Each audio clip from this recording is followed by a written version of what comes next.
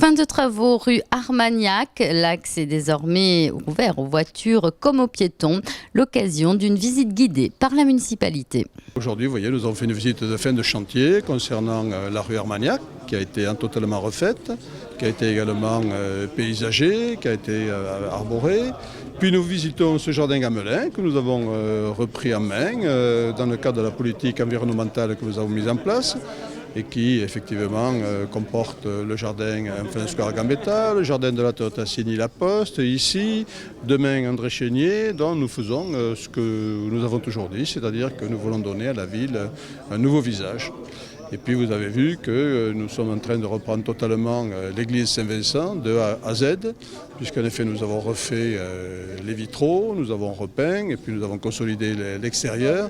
À la fin du mois, nous aurons le rendu des travaux que nous devons faire sur les 3 ans à venir, et également non seulement leur coût et le phasage, lequel coût sera pris en charge à 50% par la DRAC. Autrement dit, c'est un patrimoine extrêmement important pour la ville et nous tenons absolument que sa dégradation cesse immédiatement. Voilà, donc nous allons faire ces travaux.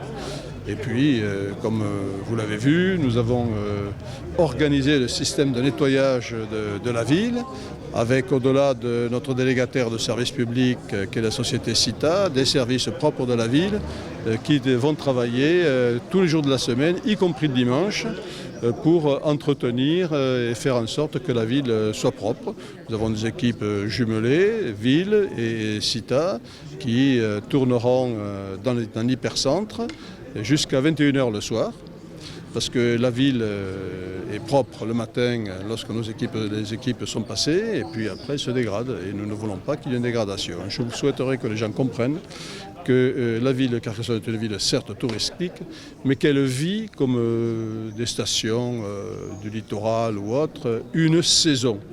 Et que la saison suppose que l'on accueille convenablement tous les touristes dans le maximum de propreté, dans le maximum de sécurité.